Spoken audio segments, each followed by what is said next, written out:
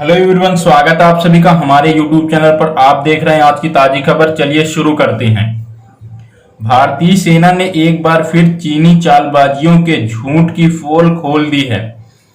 चीन ने दावा किया था कि भारतीय सेना की तरफ से एलएसी पर फायरिंग की गई है। अब भारतीय सेना के आधिकारिक तौर पर बयान जारी कर चीन के दावे को खारिज कर दिया गया है। सेना ने कहा है कि भारतीय सेना न तो एलएसी पर किसी तरह की आक्रामक कदम नहीं उठाया और फायरिंग चीन की तरफ से हुई है। आइए जानते हैं कि उसके बाद भारतीय सेना ने क्या कहा बयान जारी करके। भारत सीमा पर सेना की तैनाती कम करने और शांति के लिए प्रतिबद्ध है, लेकिन चीनी हालात को बिगाड़ने वाली और उकसाने वाली कार्रवाई कर रहा है।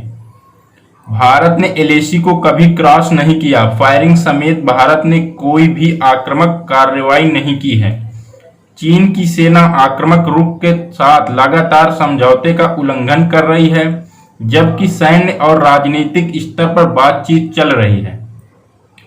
कल शाम की घटना को लेकर सेना ने कहा, 7 सितंबर को चीनी सेना ने एलएसी पर भारत के एक फॉरवर्ड पोजीशन के करीब जाने की कोशिश की। तब हमारी सेना ने पीछा किया।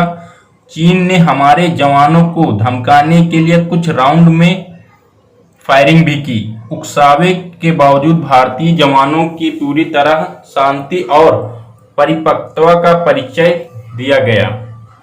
सेना ने आगे कहा कि भारतीय सेना कायम करने के लिए पूरी तरह प्रतिबद्ध है। अपनी अखंडता और संप्रभुता की रक्षा के लिए भारत का संकल्प भी मजबूत है। विवाद पर चीनी सेना का बयान अपनी जनता और अंतर्राष्ट्रीय समुदाय को भ्रमित करने के लिए है।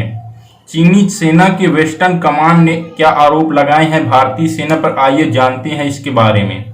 भारतीय सेना की ओर से वार्निंग फायर पर चीनी सेना की वेस्टर्न कमांड ने बयान जारी कर बताया है कि वेस्टर्न कमांड के प्रवक्ता ने अपने बयान में कहा, गार्ड पाउड माउंटबेटन इलाके में भारतीय सेना ने घुसपैठ की है। कार्रवाई के दौरान भारतीय सेना ने गोलीबारी से धमकाया। चीनी सैनिकों की स्थिति सामान्य करने के लिए जवाबी कार्रवाई करने के लिए मजबूर होना पड़ा।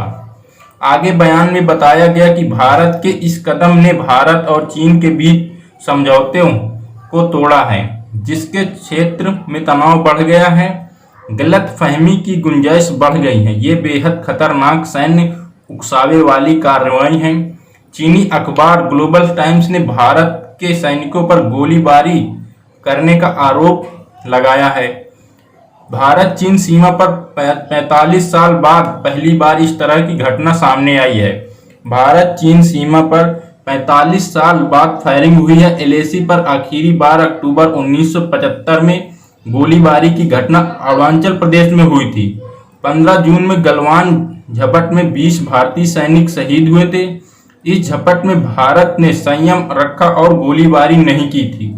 गलवान की झड़प के बाद भारत ने अब रूल ऑफ इंगेजमेंट बदल दिए, यानी अब जरूरत पड़ने पर फायरिंग की जा सकती है। इसी तरह की खबर पाने के लिए हमारे YouTube चैनल को सब्सक्राइब करिए। आप सभी का बहुत बहुत धन्यवाद।